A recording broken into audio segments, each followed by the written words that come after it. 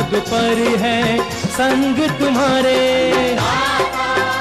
अन्नदाता लहू किसानों का बन के पसीना, सींचता है धरती का सीना। मेहनत का तेरी हक दिलवाने, नई तकनीक नई खोज बताने। पशुधन को गुणवान बनाना, पौध सुरक्षा को सिखलाना, खेती के सब गुर समझाने, भारत का सरताज बनाने। आठों पहर है संग तुम्हारे। अन्नदाता अन्नदाता। नमस्कार, आप सभी का स्वागत है अन्नदाता कार्यक्रम में। आपके साथ मैं हूं सोनाली सिंह। हमारे देश के किसान जन का पोषक है, वह श्रम का देवता है, अन्नदाता है। उसमें ही भारत की आत्मा निवास करती है। ऐसे ही किसानों की प्रगति के लिए हम खेती बाड़ी से जुड़ी हुई बहुत सी नई लाभकारी जानकारियां हर रोज सुबह लेकर आते हैं। तो चलिए कार्यक्रम शुरू करने से पहले देखते हैं क्या है आज के अन्नदाता में। फूल गोभी का बीजोत्पादन करके कमाएं अच्छी आय।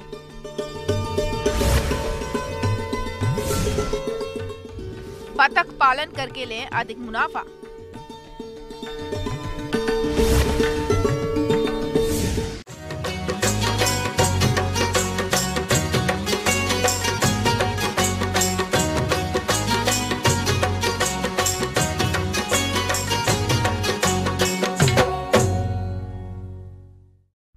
आज किसानों की जोत छोटी होती जा रही है और किसानों की लागत बढ़ रही है। ऐसे में किसानों को चाहिए कि उन्हें ऐसी फसल की खेती करनी चाहिए जिनसे अधिक मुनाफा मिल सके। आज हम आपको गांव चिमनपुरा, जिला जयपुर के प्रगतिशील किसान विमल कुमार यादव से मिलवाने वाले हैं, जो कॉन्ट्रैक्ट फार्मिंग के तहत गोभी का बीजोत्पादन करके अच्छी आय कमा रहे हैं। तो ये किसान किस प्रकार से कर रहे हैं कॉन्ट्रैक्ट फार्मिंग के तहत फूल गोभी का बीज उत्पादन, आइए मिलते हैं इन्हीं से।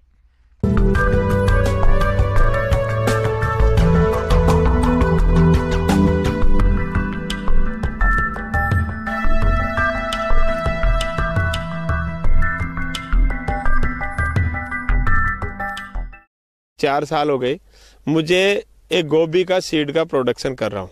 ये किसान के लिए बहुत ही फायदेमंद सौदा है।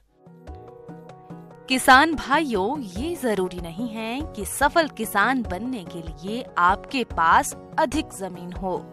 जरूरी ये है कि आपकी सोच बड़ी हो, क्योंकि अगर आपकी सोच बड़ी होगी तभी आप नई नई चीजों को सोच सकेंगे। तो आइए मिलते हैं ऐसे ही एक किसान भाई से जो गोभी का बीजोत्पादन कर रहे हैं। जिस तरीके से आप ये खेत देख रहे हैं, इस खेत में ये पूरा मेरा जो बीज का प्लांटेशन है और ये 1.5 एकड़ के आसपास मेरी खेती है। इसमें इस बार मैं बीज प्रोडक्शन कर रहा हूँ। देखिए, इसमें करने के लिए आपको साधारण सा फार्मूला मैं बताता हूँ कि सबसे पहले हम जमीन की बुआई जुताई करके और उसमें खाद डालेंगे, अच्छी तरह गोबर वगैरह मिला करके 1-1 मीटर की दूरी पे हम पहले बेड तैयार करते हैं। बेड तैयार करने के बाद में हमें मेल का जो नर्सरी है वो लेनी होती है और मेल नर्सरी लगाने के बाद में दूसरी बार हम उसके 10 से 15 दिन बाद में अगर मेल सक्सेस हो जाए, मेल का पेड़ अगर ग्रोथ पे आ गया, तो हमें फिर फीमेल को लगाना होता है। और ये नर्सरी हमें कहीं बाहर से लेनी पड़ती है, किसी कंपनी के माध्यम से मैंने अभी कांटेक्ट कर रखा है। ये किसान अपनी फसल में सभी कार्यों को समय समय पर करते रहते हैं, जिससे इनकी फसल में किसी भी प्रकार की कोई समस्या नहीं आती है, जिस कारण इन्हें अच्छी क्वालिटी का बीज मिलता है। आज जिस तरीके से मैं जहाँ कृषि कर रहा हूँ, उस खेती में सबसे ज्यादा आवश्यकता होगी पानी की। और सबसे बड़ी बात यह है कि गोभी में इस सीजन में बहुत ही कम पानी लगता है। यानी कि मैं कहूँगा कि 7 से 10 दिन के अंतराल पे सिर्फ 1 घंटा पानी चलाना पड़ता है और उस 1 घंटे के अंदर इस गोभी का काम आसानी से चल जाता है। इसमें भी अगर सही ढंग से धुंध आ गई या बारिश हो गई तो और भी लंबा इसमें दिया जा सकता है। तो एक तो पानी की समस्या कतई नहीं है। इसकी सर्दी के बचाव के लिए हमने कर रखा है। और इसी तरीके से इसमें आप देख रहे हैं कि ये धागा भी कि ये फलियां जो है इसमें जब वजन आएगा, बीज आएगा तो नीचे नहीं गिरे, इसके लिए हमने एक धागा भी लगा रखा है कि वो ज़मीन तक टच नहीं हो और टूटे नहीं। इसमें आपको ज़्यादा कुछ नहीं करना, सिर्फ आपको ध्यान रखना है कि इसमें कोई बीमारी नहीं आ जाए। कंपनी का जो टेक्निकल आदमी है वो 7 से 10 दिन में एक बार विजिट करना आता है, लेकिन मुझे इसकी देखभाल यही करनी होती है कि मुझे बार बार मेरे फ़ोन से व्हाट्सएप के द्वारा कंपनी को ये बताना होता है कि आज इस पेड़ में ये प्रॉब्लम है। एक बार खेत की विजिट 2 दिन से 1 दिन से मुझे पर्सनल एक एक पौधे तक जाके करनी होती है। गोभी का अच्छी क्वालिटी का बीज लेने के लिए ये किसान कई बातों पर विशेष ध्यान देते हैं, जिससे इनके बीज की गुणवत्ता पर किसी प्रकार का कोई विपरीत प्रभाव नहीं पड़ता है और अच्छी किस्म का बीज तैयार होता है। जब ये तैयार हो गए हैं तो आप देख रहे होंगे कि इसमें कुछ मधुमक्खी जो है वो बिखर रही हैं। ये मधुमक्खियाँ बाहर से लाई गई हैं। मेल फीमेल को दोनों को इसमें क्रॉस किया जाता है और ये मक्खियाँ इसमें परागण करके और इस बीज को अच्छी तरह तैयार करने का काम कर रही है। मक्खियों के बचाव के लिए, यानी कि मक्खी ऐसी चीज़ है कि आपके आसपास में सरसों का फूलदार खेत नहीं होना चाहिए या कोई दूसरी फसल जो फूलों की है उसमें नहीं होना चाहिए, क्योंकि मक्खी 1 से 3 किलोमीटर तक की दूरी पे भी वो चली जाती हैं। और ऐसा गोभी जिसकी दूसरी वैरायटी है वो भी करीबन 3 किलोमीटर के एरिया में नहीं होनी चाहिए, नहीं तो आपके बीज को वो गलत क्रॉस हो जाएगा और उससे आपको नुकसान भी हो सकता है। ये बीज की जो वैरायटी है वो बदल सकती है। इसलिए 2 से 3 किलोमीटर के एरिया में किसान को यही एक क्वालिटी का बीज, यही वैरायटी आपको दूसरे किसानों को भी लेनी चाहिए। अभी आप देखिए कि ये जो फूल आ रहे हैं, यानी कि आप गोभी को इसको देख रहे हैं, नीचे ये गोभी थी, इसके फूल बने थे, फूल बनने के बाद में ये बिखर गए, उनको थोड़ी सी मुंह पे काटना पड़ा था, उसके बाद में फूल बिखरे। अभी देखिए कि एक सरसों की तरह इस पेड़ का ये आवरण बन गया है, इनके नीचे बिल्कुल सरसों की तरह फलियाँ आएंगी और इसमें बीज होगा। हाथ से वही सरसों की तरह काट करके एक जगह रखना है और ये जब सूख जाए तो वही तरीका है थ्रेसर की तरह से, छोटी मिनी थ्रेसर मंगवा करके और उससे से निकालना है। कोई खास विधि नहीं है इसमें करने के लिए, लेकिन बहुत कम लागत में, यानी कि मैं कहूँगा ये सारी कॉस्ट जिस कंपनी से मैंने अनुबंध किया है उससे आ रही है और मुझे 10 से 15 हज़ार रुपये पर कच्ची बीघा, यानी कि 1000 वर्ग मीटर जो कच्ची बीघा जो बोल रहा हूँ, या अगर मैं बात करूँ तो 1.5 एकड़ की, तो 1.5 एकड़ के अंदर मुझे जो टोटल खर्चा होगा वो मेरा 50,000 के आसपास होगा। किसान भाइयों, ये किसान भाई कॉन्ट्रैक्ट फार्मिंग के तहत कंपनी के साथ मिलकर उन्नत तकनीक से खेती कर रहे हैं। इनको कॉन्ट्रैक्ट फार्मिंग के तहत बीज, दवा, मड़ाई ये सभी कंपनी द्वारा दिया जाता है। इस प्रकार इनका पूरा खर्चा निकालने के बाद में इनको लगभग 2 लाख रुपए की शुद्ध बचत हो जाएगी। किसान भाइयों, इस साल पाले का कुछ ज्यादा ही प्रभाव रहा, नहीं तो इन किसान को और अधिक आय मिलती। और बहुत लंबी कोई प्रक्रिया नहीं है। किसान अगर थोड़ा बहुत भी पढ़ा लिखा है, थोड़ी बहुत भी अगर वो जानता है तो कंपनी को प्रोसीजर को फॉलो कर सकता है। कंपनी सारी मेडिसिन खुद उपलब्ध कराती है, लगाने की विधि भी खुद उपलब्ध कराती है, नर्सरी भी खुद देती है और बीज तैयार होने के बाद में जब हम निकालते हैं तो थ्रेसर भी, उनका उपकरण भी खुद का आता है। हमें सिर्फ बीज को तौल के आना है और वेट करवा के आना है, उसके बाद में उनका अकाउंट पेमेंट ट्रांसफ़र हो जाता है। बहुत ही आसान प्रक्रिया है। मैंने इसको अपनाया है पिछले 4 साल से, मैं अच्छे प्रॉफिट में हूँ। तो मेरा सभी किसान भाइयों से है निवेदन है कि आप भी ऐसी कंपनियों से ये कांटेक्ट करके और इसमें खुद आप अग्रेसिव रहिए। बहुत सारे किसानों के ऐसे बेटे हैं जो मेरे तरह इस काम को कर सकते हैं और अच्छा पैसा ले सकते हैं। धन्यवाद। किसान भाइयों, अब लेते हैं एक छोटा सा ब्रेक।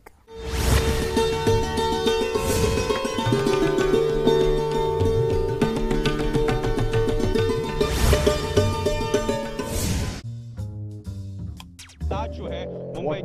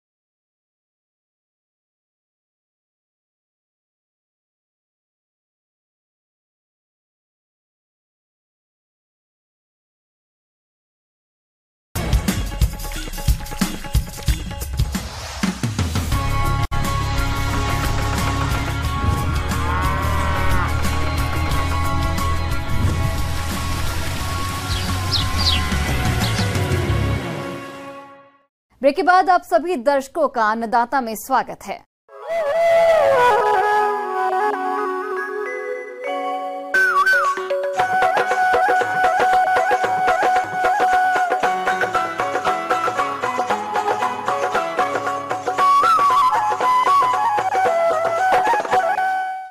मुर्गी व्यवसाय के बाद देश में बड़ी संख्या में बतख पालन किया जाता है। बतखों के अंडे और मांस को लोगों द्वारा बहुत पसंद किया जाता है, इसलिए इनकी मांग भी अच्छी रहती है।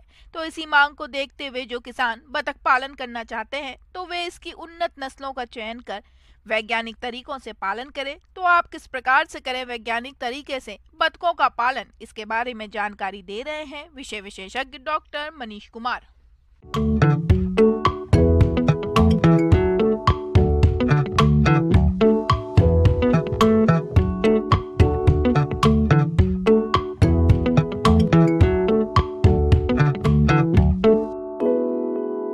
बतख जो है कि पोल्ट्री में एक तरह से कहिए कि ब्रॉयलर मुर्गी के बाद जो है कि दूसरा स्थान रखता है। पूरे देश में जितने अंडे का उत्पादन है उसमें 10% तक डक का रोल है। जो भी पोल्ट्री पॉपुलेशन है उसमें 10% तक डक का पॉपुलेशन है और 6-7% अंडा जितना हमारे यहाँ होता है वो डक का है। तो डक रियरिंग काफ़ी आसान है compare to broiler farming. Broiler farming में हम लोग को काफ़ी ध्यान देना पड़ता है। डक को थोड़ा सा रिलैक्स होकर किसान पाल सकते हैं, क्योंकि इसके लिए आवासन की भी वैसी ज़रूरत नहीं है जो मुर्गी के लिए है और खाना की भी वैसी ज़रूरत नहीं है जो मुर्गी के लिए है। संक्षेप में बताना चाहेंगे कि डक के आवासन के लिए हम लोग तीनों व्यवस्था रख सकते हैं। हम उसको घर में भी बना कर रख सकते हैं या ऐसा भी व्यवस्था रख सकते हैं कि रात में घर में रखें और दिन में उसको बाहर चरने के लिए छोड़ें, या पूरा दिन भर उसको हम लोग चरने के लिए और रात में भी खुले में रख सकते हैं। हमारे यहाँ डक की दो प्रजाति, एक तरह से कहें कि हम लोग दो उद्देश्य से डक पालते हैं।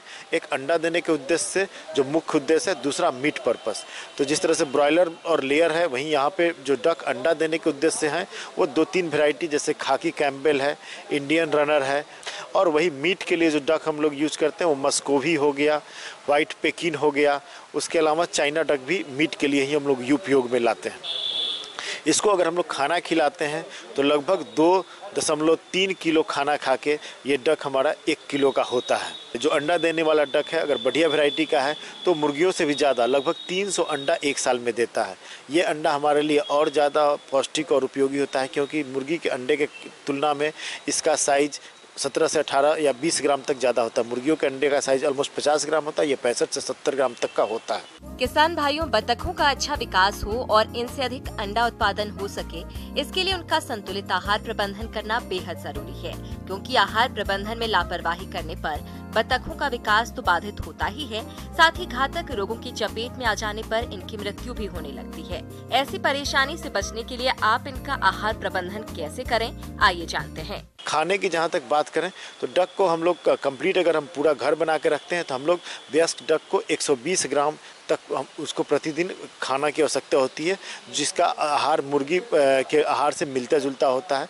अगर अंडा देने वाला डक है तो उसके लिए हम लोग 16% प्रोटीन युक्त आहार देते हैं। अगर मीट के लिए डक यूज़ करते हैं तो 20% प्रोटीन युक्त आहार देते हैं। अगर हम डक को चरने के लिए देते हैं तो जो 120 है उसको हम लोग 60 ग्राम कर देंगे, जो सुबह शाम में खिलाएंगे, और दिन का आहार वो पानी के सोर्स से या अगल बगल में जो भी उसको प्राप्त होगा वो चर के प्राप्त कर लेगा। किसान भाइयों, वैसे तो बतखों को प्रतिदिन 150 ग्राम दाना देना उचित रहता है, लेकिन दाना महंगा होने के कारण आप दाने की मात्रा में आधी कटौती कर उसे घर व होटलों का बचा हुआ भोजन दे सकते हैं। साथ ही बतखों को बचे हुए फसल अवशेष भी खाने को दिया जा सकता है। तो सबसे पहले एक बात करते हैं, हम लोग उसको अगर घर बना के रखते हैं तो उसके लिए हमको एरिया चाहिए 3 स्क्वायर फीट के आसपास प्रति वयस्क डक हम लोग एरिया देंगे।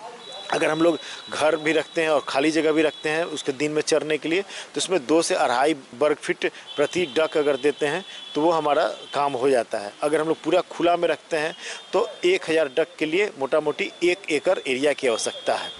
किसान भाइयों, अक्सर बतख तालाब में अधिक रहती हैं। ऐसे में जब वे अपने आवास में लौटती हैं, तब उनका आवास गीला हो जाता है, जिससे कई बीमारियां पनपने लगती हैं। इससे बचाव के लिए बत्तखों के आवास को सूखा रखने की कोशिश करें। इनके आवास में समय समय पर बुझे हुए चूने का भुड़काव करें। इसके साथ ही और कौन से जरूरी प्रबंधनों को अपनाना है, आइए जानते हैं। डक पानी प्रेमी ये है, पक्षी है, लेकिन ऐसा नहीं है कि ये केवल पानी हो और नहीं हो, इससे बहुत कुछ फर्क नहीं पड़ता है। देखा गया है कि अगर पानी है तो थोड़ा सा उसका एक्सरसाइज होता है, अदरवाइज वैसा कुछ नहीं है। जो एक और क्लोस्ट्रीडियम बोटुलिज्म है, क्लोस्ट्रीडियम बैक्टीरिया होता है, लेकिन बैक्टीरियल बीमारी नहीं होकर उसका जो टॉक्सिन होता है उससे एक तरह से कि फूड पॉइजनिंग होता है, वो भी डक में काफ़ी सेंसिटिव है फूड पॉइजनिंग को लेके भी। तो बोटुलिज्म भी इसके लिए बहुत इम्पोर्टेंट है। इसके अलावा ये बीमारी जो एक और डक में जो है काफ़ी इम्पोर्टेंट है, वो बच्चों में होता है, जो कि रेस्पिरेटरी डिस्ट्रेस होता है। बच्चा में डक को जब हम ब्रूडिंग करते हैं और डक को ठंडा लगता है या किसी तरह से रेस्पिरेटरी डिस्ट्रेस होता है, तो उस समय भी डक का जो है कि डक कोराइजा होता है, जिसके लिए हम लोग एंटीबायोटिक और साथ में एंटीहिस्टामिनिक चला के कंट्रोल कर सकते हैं। ये हमारे किसानों के लिए बहुत ही लाभदायक है, क्योंकि अभी भी रूरल एरिया में काफ़ी पाया जाता है, जहाँ जिनके पास ज़मीन कम है लेकिन अगल बगल में तालाब है, उसमें ये पाल सकते हैं। उसके अलावा इसके लिए उतना मेंटेनेंस की ज़रूरत नहीं होती है, ये काफ़ी हार्डी होता है, ये उतना बीमार नहीं पड़ता जितना ब्रॉयलर मुर्गी पड़ती है। ब्रॉयलर मुर्गी को रोज़ खाना देना ज़रूरी होता है।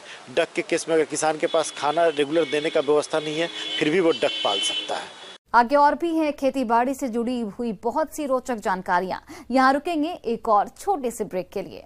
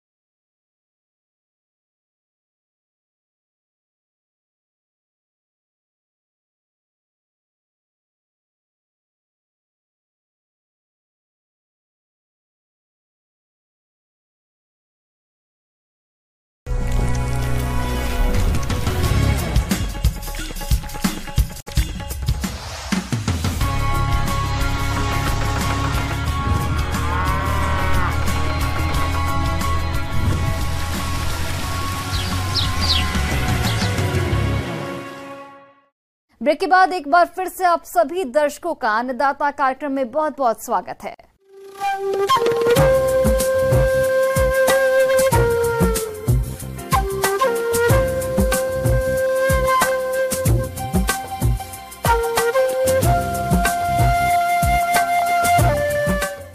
मौसम विभाग के रिपोर्ट पर साप्ताहिक कृषि सलाह इस प्रकार है।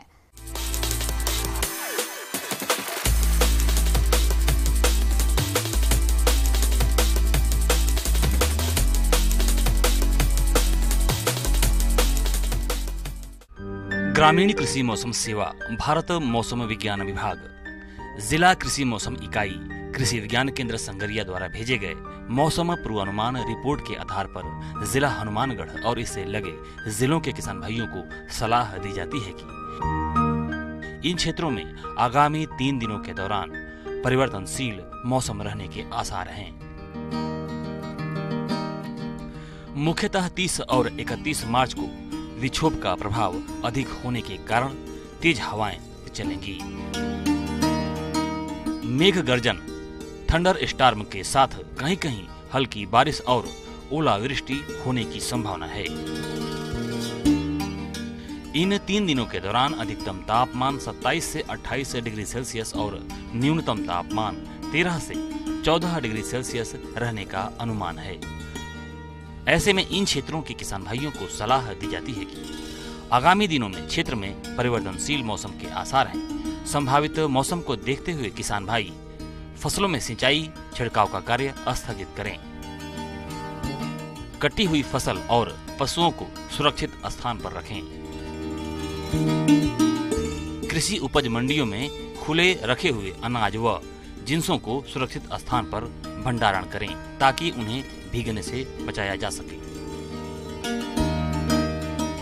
अचानक तेज हवाओं से सोलर पैनल को नुकसान से बचाने के लिए आवश्यक उपाय करें।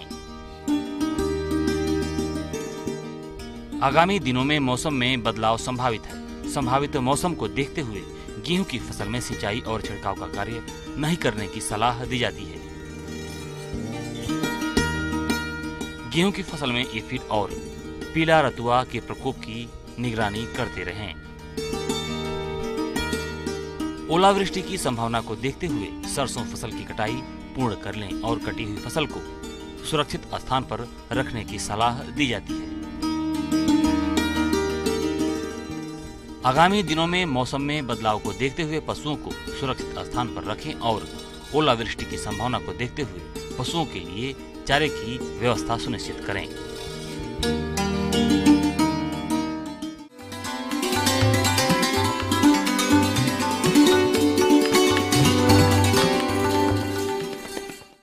आइए जानते हैं अन्नदाता निःशुल्क फोन के माध्यम से पूछे गए समस्याओं का समाधान। अन्नदाता निःशुल्क फोन संपर्क सेवा के माध्यम से पूछे गए प्रश्नों में से आज हमने जिस प्रश्न को कार्यक्रम में शामिल किया है उसे पूछा है ग्राम किशोरपुर जिला झालावाड़ के कृषक मामराज सिंह ने। ये हाइड्रोपोनिक्स तकनीक से हरा चारा उगाने के बारे में जानकारी चाहते हैं। तो मामराज सिंह जी, आपकी जानकारी के लिए प्रस्तुत है कार्यक्रम का ये अंश।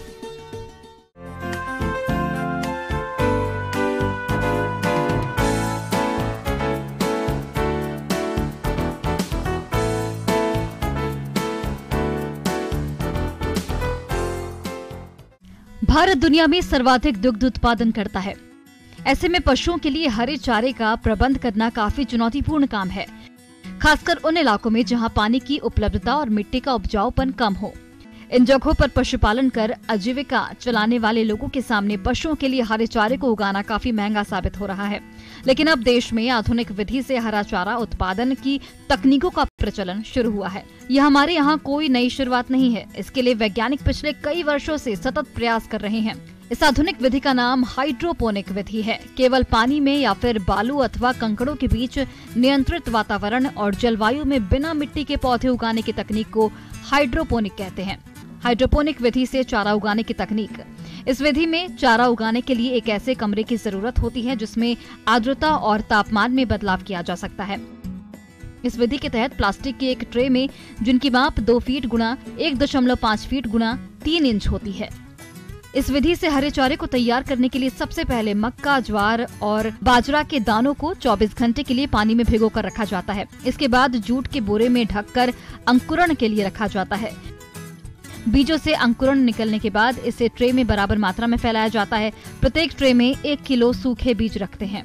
प्रारंभ में जमे बीजों पर लगातार पानी का छिड़काव करते हैं। इसमें चौथे से 10वें दिन तक इसमें वृद्धि होती है। इस दौरान ट्रे में 7 दिनों तक फव्वारा के द्वारा दिन में 8 से 10 बार सिंचाई की जाती है। 10वें दिन एक ट्रे में लगभग 8 से 10 किलो तक हरा चारा तैयार हो जाता है।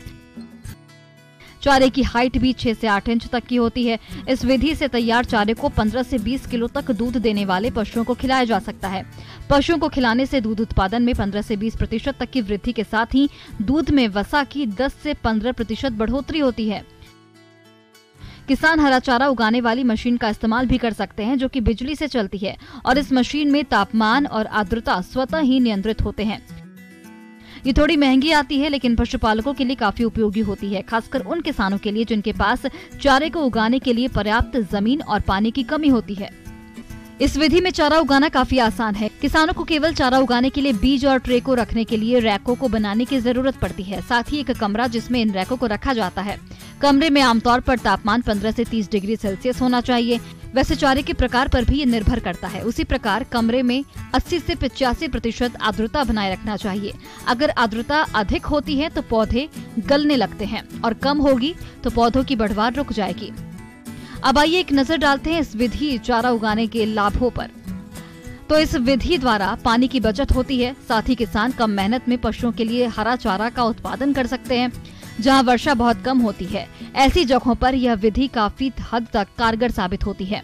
हरा चारा दूध में पोषकता बढ़ाने के लिए उपयोगी है, जिसके द्वारा दूध में असंतृप्त वसा, वसीय अम्लों, विटामिन की मात्रा बढ़ती है। इस तकनीक से गेहूं जैसे अनाजों की पौध 7 से 8 दिन में तैयार हो सकती है, जबकि सामान्यतः इनकी पौध तैयार होने में 28 से 30 दिन लगते हैं। मक्के से तैयार किए गए हाइड्रोपोनिक्स चारे से संबंधित प्रयोगों में पाया गया है कि परंपरागत हरे चारे में क्रूड प्रोटीन 10.70% होती है, जबकि हाइड्रोपोनिक्स हरे चारे में क्रूड प्रोटीन 13.6% होती है। लेकिन परंपरागत हरे चारे की अपेक्षा हाइड्रोपोनिक्स हरे चारे में क्रूड फाइबर कम होता है। हाइड्रोपोनिक्स हरे चारे में अधिक ऊर्जा, विटामिन और अधिक दूध का उत्पादन होता है और पशुओं की प्रजनन क्षमता में भी सुधार होता है।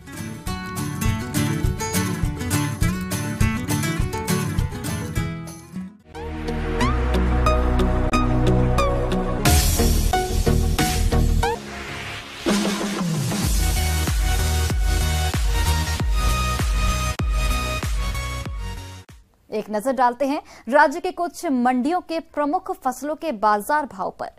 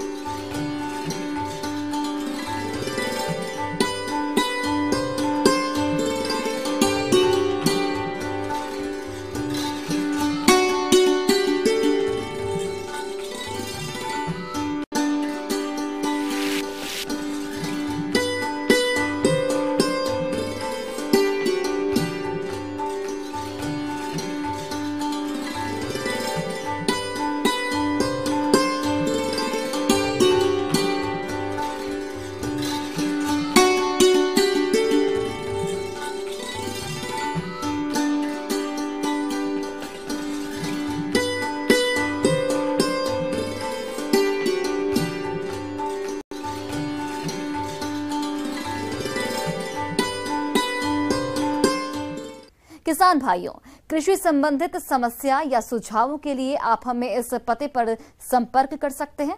प्रोड्यूसर अन्नदाता news 18 Rajasthan, Ramoji film city Hyderabad 501512। साथ ही आप हमें ईमेल भी कर सकते हैं। हमारा ईमेल आईडी है p18annadattarajasthan@news18.com। इसके अतिरिक्त आप हमें निःशुल्क हेल्पलाइन नंबर 18008892 पर सोमवार से शनिवार सुबह 10 से शाम 4 बजे के बीच संपर्क कर सकते हैं। अब समय हो रहा है आपसे विदा लेने का। कल फिर से आप